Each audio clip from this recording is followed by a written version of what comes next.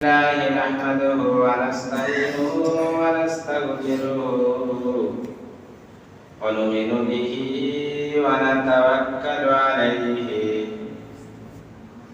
ونعوذ بالله من شرور أنفسنا ومن سيئات أعمالنا من يهده الله فلا مضل له ومن يضلله فلا هادي له ونشهد أن لا إله إلا الله وحده لا شريك له وأشهد أن محمدا عبده ورسوله أعوذ بالله من الشيطان الرجيم إن الله وملائكته يصلون على النبي يا أيها الذين آمنوا صلوا عليه وسلموا تسليما اللهم صل على سيدنا مولانا محمد وعلى آله سيدنا مولانا محمد اللهم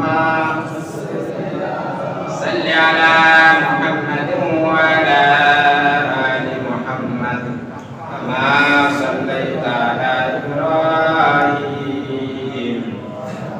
وعلى آل إبراهيم إنك حميد مجيد اللهم بارك على محمد وعلى آل محمد كما باركت على إبراهيم وعلى آل إبراهيم إنك حميد مجيد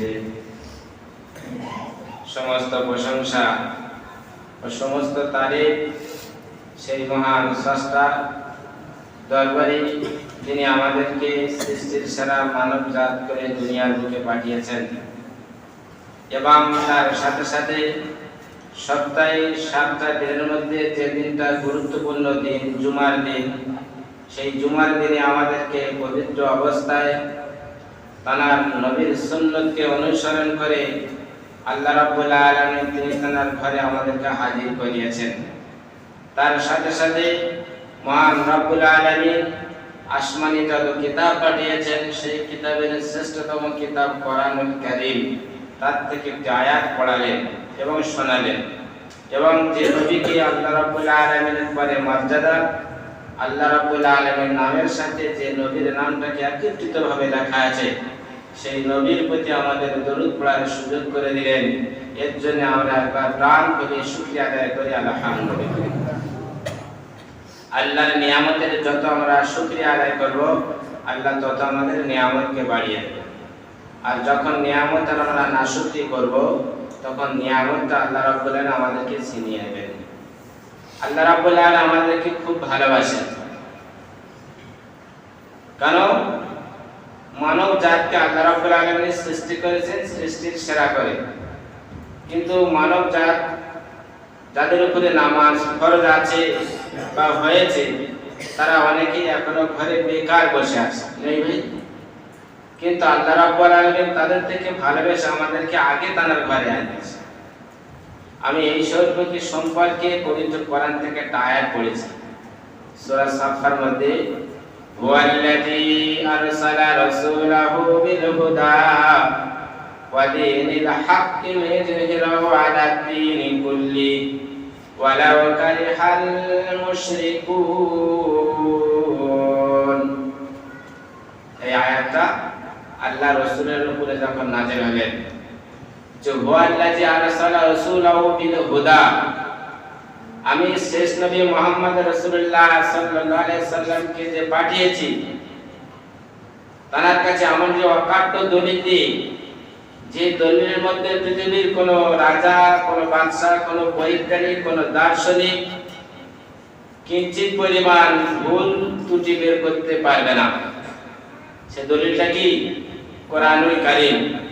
ওয়াল্লাযী আরসালা রাসূলাহু, আমি রাসূলকে পাঠিয়েছি, ওয়া দীনিল হক, হক দিন দিয়ে পাঠিয়েছি, লিইউযহিরাহু আলা দীনি কুল্লি, তোমরা তোমাদের দ্বীনটাকে প্রতিষ্ঠিত করে এবং প্রচার প্রসার করো।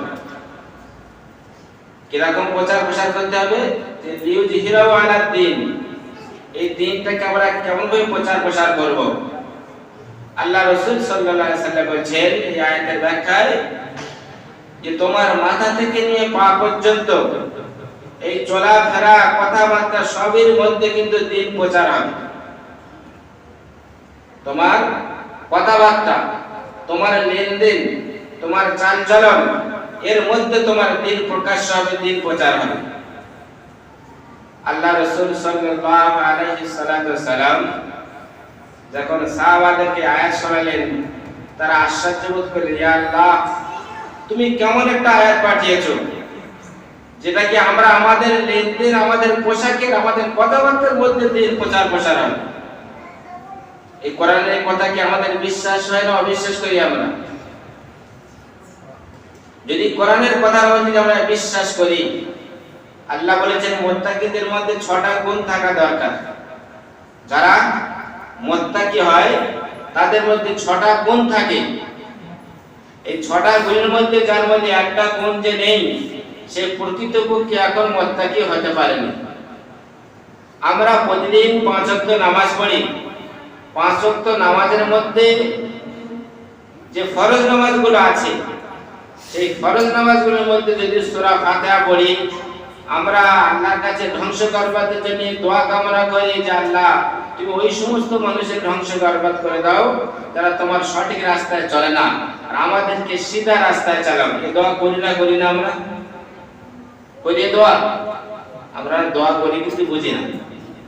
সূরা ফাতিহার মধ্যে যখন পড়া হয় না, গায়রিল মাগদুবি আলাইহিম ওয়ালাদ-দাল্লিন, এটা পড়েন তো? নামাজের মধ্যে পড়েন না? এই নামাজের মধ্যে যখন পড়েন তখন দোয়া করছেন তো, আল্লাহ গোমরাহী রাস্তা থেকে আমাকে বের করে সিধা রাস্তায় চালাও, আর যারা গোমরাহী রাস্তা আছে সেই রাস্তা তাদের জন্য ধ্বংস বরবাদ করে দাও। এটা তো আমরা বলেই থাকি। কিন্তু আজকে সামনে যে নতুন বছর, নতুন মাস আমাদের সামনে উপস্থিত হয়েছে, নতুন মাস বলতে গুনাহ থেকে পবিত্র হওয়ার পরে আমরা নতুন বছরের সূচনা করতে শুরু করেছি, করিনি ভাই? পবিত্র রমজান মাস যখন আসে, আমরা হাদিস কোরআনে শুনেছি, ঈদের নামাজ যখন পড়ে যখন ঘরে ফেরা হয়, তো লোকরা যারা রোজা রেখেছে, নামাজ পড়েছে, তাদের শরীরে কোনো রকমের গুনাহ থাকে না। থাকে কি ভাই? তারা মাসুম হয়ে যায়। আমরা মাসুম হয়ে এখন ঘুরে বেড়াচ্ছি। তো বলছে ঈমানদার মুত্তাকি, এই মুত্তাকি কখন হবে? যে তার সামনে কোনো অন্যায় কাজ, বিরোধী কাজ হবে, সে মনে মনে কষ্ট পাবে যে কাজটা আমার সামনে, যে কাজটা হয়ে যাচ্ছে, এই কাজটা করা উচিত নয়।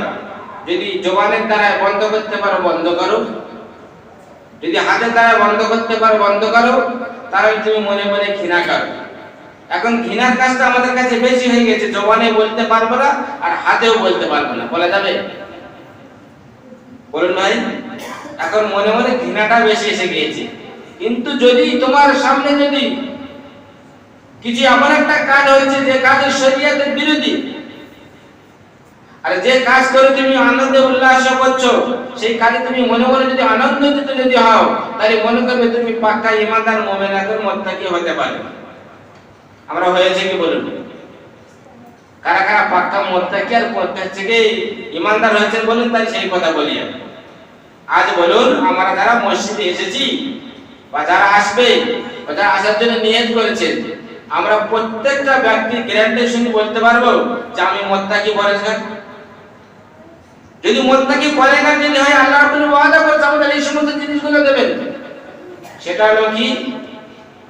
আজ পর্যন্ত পৃথিবীর বুকে যত দামি মহিলা হোক না কেন, আর যত দামি পুরুষ হোক না কেন, যখন সে দুনিয়া ছেড়ে বিদায় নেবে, তার শরীরের মধ্যে যে তার রূহটা বা আত্মাটা যখন বার হয়ে যাবে, তার কাছে যত রকমের দামি জিনিস আছে কাছে রেখে দেবে না, খুলে নেবে।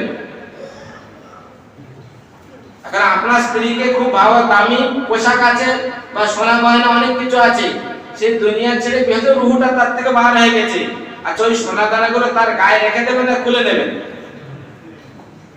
মেয়েদের কাছে সব থেকে গুরুত্বপূর্ণ দামি জিনিস কোনটা ওই কোনটা? সোনা দানা গয়না। স্বামী যদি বাপ মা যেগুলো দিয়েছে যদি স্বামীগুলো নিয়ে নেয় কিন্তু জীবনে বেঁচে থাকে একদিন বলে হ্যাঁ আমার বাপ মা এই জিনিসগুলো দিয়েছেন সেগুলো কোথায় গেল বলবে না? ওরা এত পছন্দও করে। তো সেই দামি জিনিস যখন যদি মরেও নেই এখন মারা যাওয়ার মৌতের কাছাকাছি এসে গিয়েছে তখনও তার গায়ে থেকে সব খুলে নেবে না ভাই? আপনি অনেক পয়সাওয়ালা অট্টালিকা, আপনার মান সম্মান অনেক বেশি, পৃথিবীর লোক আপনাকে অনেক শ্রদ্ধা সম্মান করে, আপনি গলায় 2 কেজির ওজনের সোনার চেইন দিয়ে ঘোরেন, ক কেজি? আর হাতে 500 ওজনের সোনার হীরের আংটি আছে। আপনার শরীর যখন অসুস্থ হয়ে গেছে, জিবরাইল ফেরেশতা আজরাইল ফেরেশতার কাছে এসে ঘড়ঘড়ানি আওয়াজ হচ্ছে, আচ্ছা এই দামি চেইন দামি আংটিকে আপনার কাছে থাকবে না খুলে নেবে? কারণ দামি মানুষ যেটা আছে একে এগুলো দিয়ে কবরে নিয়ে চলে যান। আল্লাহ দুনিয়ার বুকে সবক দেখিয়ে দিল, হে পৃথিবীর মানুষ, দুনিয়াতে তুমি সম্পদ সম্পদ আমার করে তুমি বেরিয়ে যাচ্ছ, আমাকে বলে তুমি দখল করছো, জোর জবরদস্তি করছো। দুনিয়া ছেড়ে দেখো দুটো চোখ বন্ধ করে সম্পদের মালিক অন্যজন হয়ে যাবে। আজ আমি আমার কথা বলি, আমার 50 বিঘে জমি আছে আর 5 কোটি টাকা আছে। এখন আমার মেজাজ খুব গরম, এত সম্পদ আছে, তখন দুটো চোখ যখন বন্ধ হবে আমার সম্পদ কেমন থাকবে? কারা পাবে? তখন আমার সন্তান সন্ততি আত্মীয় যারা আছে তারা ভাগ বাটোয়ারা করার জন্য তখন পেরেশানি থাকবে। তাহলে এত কিছু যে রোজগার করলাম আমি, দুটো চোখ বন্ধ হওয়ার শুধু অপেক্ষা, মালিকানা অন্যজন পেয়ে গেল। কিন্তু আল্লাহ বলেন তোমার কিছু সম্পদ আমার রাখা দরকার, যে তুমি দুনিয়া ছেড়ে চলে যাবে সেই সম্পদ যখন তোমার কাজে আসে। আমরা অনেক সম্পদ রেখেছি, সেটা হলো কি, এই হালে হালে রমজান মাস গিয়েছে, আল্লাহর যে সমস্ত ফরজ বিধানগুলো ছিল আমরা কমবেশি যতটা পেরেছি আমরা আদায় করেছি। এটা আল্লাহর খাতায় কিন্তু আমরা জমা রেখেছি, এটা কিন্তু আমরা চোখে দেখতে পাচ্ছি না। তা সত্ত্বেও যেগুলো নফল দান সাথে আমরা করেছি এগুলো আল্লাহর খাতায় আমার ভাগ সম্পদ জমা আছে। আমি দুনিয়া ছেড়ে চলে যাওয়ার পরে সেই সম্পদগুলো আমরা পাবো।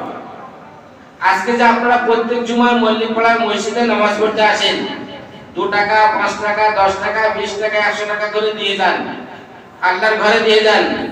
করজেল হাসানা আপনারা যেগুলো জমা করছেন কিয়ামতের ময়দানে যেদিন আপনার কাছে টাকা পয়সা মোটেই থাকবে না, সেদিন দেখবেন 10 টাকা ছেঁড়া নোট দিয়েছিল কত দামি পাওয়া গেছে। অনেক ভাই না এমন যে নোট 6টা মসজিদে দিয়ে যায় না ভাই, বলে ছেঁড়া নোট দিয়ে দিলে আমার এখানে এত মূল্য যদি পাই, তাহলে দুনিয়ার বুকে জীবিত থাকা অবস্থায় ভালো নোট দিলে কত পেতাম। আমি নোটের উম্মতে কেন বললাম, আমাদের সেই ঈমান ছিল, আমরা ছেঁড়া ফোটা ফাটা ঈমান নিয়ে আল্লাহর ঘরে এসেছি, আসিনি ভাই? আমরা ছেঁড়া ফোটা ফাটা ঈমান নিয়ে আল্লাহর ঘরে এসেছি। এই আল্লাহর ঘরে আসাটা আল্লাহ তাআলা কাল কিয়ামতের ময়দান বলবে যে আমার বান্দার কাছে যখন দিনের কথা বলা হয়েছিল, যে দিনটা দিয়েছি তুমি দিনটা প্রচার প্রসার করো, তোমার মাথা থেকে নিয়ে পা পর্যন্ত তোমার লেনদেনে সবকিছু তোমার দিন কিন্তু প্রকাশ হবে। আমরা সেই নবীর উম্মত হয়েছি, হয়নি ভাই? সেই নবীর উম্মত হয়ে যখন নবীর অনুসরণ করে যখন আমরা চলি, আমাদের লেনদেন কথাবার্তা সব কিছুর দ্বারাই আমাদের তখন ভিন্ন জাতির বা অন্য মুসলমান তারা দেখবে যে আল্লাহর নবীর উম্মত এইরকম হওয়া দরকার, এই মানুষটাকে যেমন আমরা দেখতে পাচ্ছি। কিন্তু দেখা যায় আমাদের দেখে মুখ ফিরিয়ে নেয় অনেকেই। দীর্ঘ কয়েকদিন আগে আপনারা কবে শুনেছেন কি জানি না, একজন নবমুসলিম সে ঈমান আনার পরে, সে কিছুদিন দিন কালচার করার পরে দেখছে মুহাম্মদ সাল্লাল্লাহু আলাইহি সাল্লাম বাচপান থেকে নিয়ে ছোটবেলা থেকে নিয়ে 40 বছর বয়স পর্যন্ত তিনি তার জীবন ব্যবস্থা কেমন ভাবে কাটিয়েছেন। 40 বছর বয়সের পরে তিনি যখন নবুয়ত প্রাপ্ত হলেন, তার জীবনটা কেমন ছিল। আজকে সেই আমি আমার ধর্ম ছেড়ে দিয়ে এই ধর্ম গ্রহণ করছি, তাই আমার সেই মুহাম্মদ সাল্লাল্লাহু আলাইহি সাল্লামের জীবনটা পূর্ণ আদর্শ আমাকে মেনে নিয়ে চলতে হবে। দীর্ঘ কয়েক মাস দ্বীনি শিক্ষা অর্জন করার পরে একজন ভালো আলেমের কাছে গিয়ে বলছেন, হুজুর আমি তো নবমুসলিম, আমি ইমানদার হয়ে গেছি, কিন্তু আমার কাজ হলো এখন যে আমি মুহাম্মদ সাল্লাল্লাহু আলাইহি ওয়াসাল্লাম ধর্মকে মেনে নিয়েছি, তার আখলাক চরিত্র, তার জীবন ব্যবস্থা কেমন করে আমাকে নিয়ে চলতে হবে, সেই অনুপাত আমাকে শিক্ষা দিতে হবে। সে তখন বলছে আমি একের পর এক যেগুলো বলছি এগুলি কি মুহাম্মদ সাল্লাল্লাহু আলাইহি ওয়াসাল্লামের তরিকা অনুযায়ী আমার হচ্ছে কিনা জানুন, বা আপনি দেখুন বা আমাকে বলে দেন যেগুলো আমার মধ্যে ভুল হবে। সর্বপ্রথম তিনি বললেন কি, যে আমি ঈমান আনা, সর্বপ্রথম ঈমানটা আনা জরুরি, যে ঈমানটা আমি যে এনেছি ঈমানটাকে আমার পরিপূর্ণ, যে কলেমা পড়েছি কলেমাটা শুদ্ধ আছে কিনা। আমরা এখানে এসেছি, যদি প্রত্যেকে যে এক একটা যদি কলমা যদি ধরা যায়, আমরা মনে হচ্ছে কলমা ভেঙেই ফেলবে না ভাই। ওটা তো আমাদের শুরু থেকে পড়া আছে, ওরা তো নবমুসলিম হয়েছে, ওদের তো কলমা তো শিখবে, আমাদের তো শেখাই আছে। বলছে কলেমা পড়ার পরে আল্লাহ রাব্বুল ফরজ হুকুম যে জোর না